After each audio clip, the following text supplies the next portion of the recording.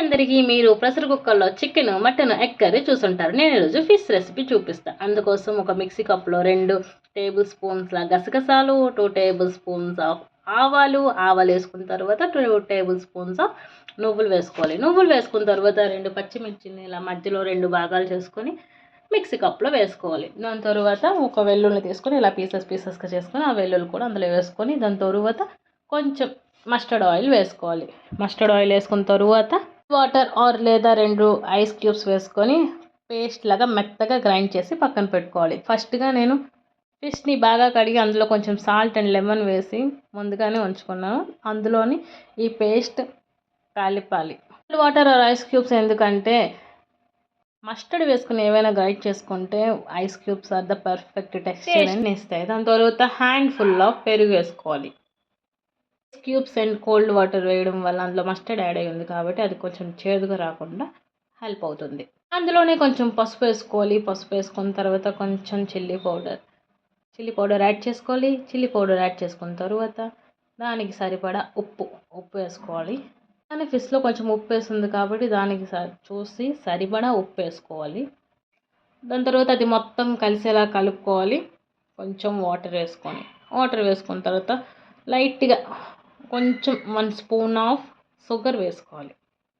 ముందుగా ఫిష్లో లెమన్ వేసుకున్నాను. ఫిష్ కొంచెం నాన్ వెజ్ కదా కొంచెం స్మెల్ రాకుండా ఉంటుంది. దాని తర్వాత ఇప్పుడు ఒక షుగర్ వేసుకున్నాను. అది కొంచెం స్వీట్ అండ్ సాల్టీలోని టేస్ట్ వస్తుంది. దాని తర్వాత ఒక 2 పచ్చిమిర్చిని ఇలా భాగాలుగా కట్ చేసుకొని దాని మీద మంచిగా అరేంజ్ చేసుకొని పెట్టుకోవాలి. దాని తర్వాత మొత్తం 1 table spoon of mustard oil వేసుకోవాలి.